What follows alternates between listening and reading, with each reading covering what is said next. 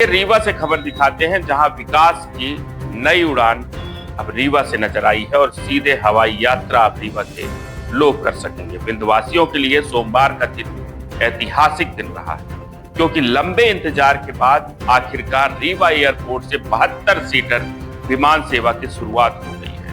अब रीवा से सीधी दिल्ली के लिए हवाई सेवा शुरू हो गई है। इस मौके पर प्रधानमंत्री नरेंद्र मोदी ने पत्र के माध्यम से विंध्यवासियों को शुभकामनाएं दी है। वहीं मुख्यमंत्री डॉक्टर मोहन यादव ने वर्चुअल रूप से जुड़कर इस ऐतिहासिक शुरुआत पर शुभकामनाएं दी हैं, बधाई दी है। कार्यक्रम में मध्य प्रदेश के उप मुख्यमंत्री राजेंद्र शुक्ला सहित कई जनप्रतिनिधियों और अधिकारियों की उपस्थिति में इस सेवा का शुभारंभ किया गया। मध्य प्रदेश के रीवा एयरपोर्ट से सोमवार को ATR 72 सीटर विमान ने पहली बार रीवा से दिल्ली के लिए उड़ान। रीवा को अब देश के हवाई नक्शे पर एक नई पहचान मिल गई है। यह कदम न केवल विंध्य क्षेत्र के आर्थिक विकास को गति देगा, बल्कि व्यापार, शिक्षा और पर्यटन के क्षेत्र में भी नए अवसर खोलेगा। रीवा एयरपोर्ट से फिलहाल सप्ताह में 3 दिन दिल्ली के लिए उड़ान भरेगी और भविष्य में अन्य शहरों से कनेक्टिविटी बढ़ाने की भी योजना है। इस मौके पर उप मुख्यमंत्री राजेंद्र शुक्ला ने कहा कि रीवा को हवाई सेवाओं से जोड़ना क्षेत्र के समग्र विकास की दिशा में ऐतिहासिक कदम है। रीवा और विंध्य क्षेत्र के लोगों को बड़े शहरों तक पहुंचना और भी आसान हो जाएगा। रीवा के लोगों के चेहरों पर उत्साह और गर्व इस मौके पर साफ झलकता नजर आया। स्थानीय यात्रियों ने उड़ान को विकास की नई उड़ान बताई। क्या कहना चाहिए? जो ये सौगात मिली है, ये पूरे विंध्यवासियों के लिए बहुत बड़ी सौगात मिली है।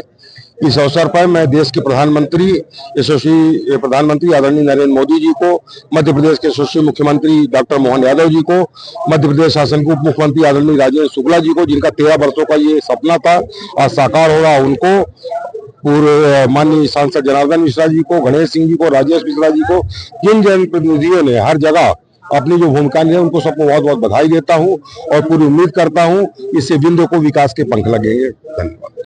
इससे विंध्य में क्या बदलाव होगा? देखिए, विंध्य के पिछड़ेपन का सबसे बड़ा कारण हवाई अड्डा और हवाई सेवा से न जुड़ना था, तो इसलिए इस पर लंबे समय से काम हो रहा था। 2014 से इस पर काम हो रहा था और 2013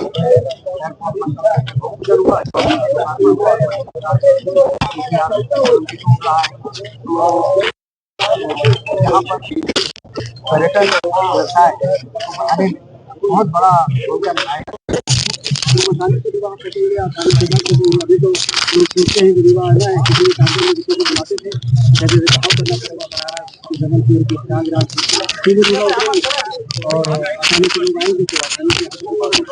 बड़ी जद्दोजहद करनी पड़ी इतने सालों के बाद आपने प्रयास किया। इसके बाद विंध्य में क्या क्या बदल जाएगा इस एयरपोर्ट के थ्रू? अब यहाँ तो आप देखिए कि उद्योग भी आसानी से आएंगे, स्वास्थ्य सुविधाएं भी आसानी से, विकसित होगी, बड़े बड़े उद्योग, बड़े बड़े चेन आएंगे यहाँ पर, तो व्यवसाय बढ़ाएंगे और हमारे यहाँ के लोगों को आप भी क्या करो, आराम से ठीक है।